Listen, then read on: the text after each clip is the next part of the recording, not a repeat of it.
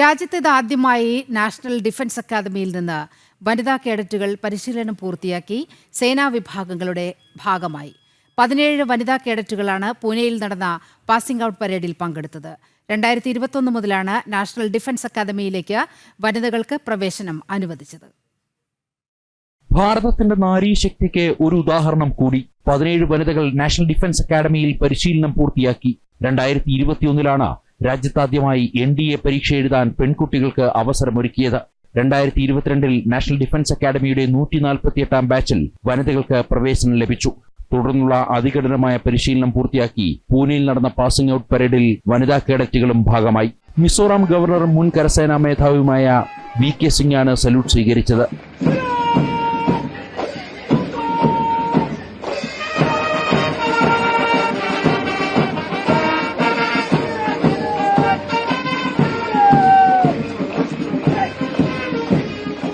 "17 female cadets have passed out, and I'm sure when you looked at the parade, you didn't find where they were.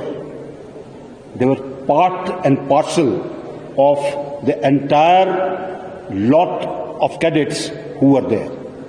And that is a difference which is worth noting.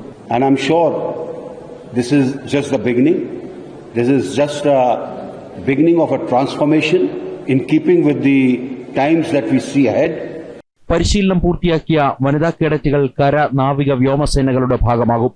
It is just amazing. It is very good feeling as of now. Being an ex-NDA, for last 3 years we've always been dreaming that one day will definitely come when we'll pass out. I'll also pass through Antim Pag, and then I'll stand with my parents in front of Sudan before joining this very building used to be my motivation, and now I stand before it, and it is just amazing to be an ex-NDA. Narendra Modi സർക്കാരിന്റെ ഇച്ഛാശക്തി ഒന്നു മാത്രമാണ് പുരുഷന്മാർ മാത്രമുണ്ടായിരുന്ന national defence അക്കാദമിയിലേക്ക് വനിതകളെ കൂടി ഉൾപ്പെടുത്താനുണ്ടായ തീരുമാനത്തിന് പിന്നിൽ. സൈനിക സ്കൂളിലേക്ക് പെൺകുട്ടികൾക്ക് പ്രവേശനം നൽകി തുടങ്ങിയതും മോദി സർക്കാരിന്റെ നാരീശക്തി ആശയത്തിന് മുതൽക്കൂട്ടായി. ജനം, ഡൽഹി.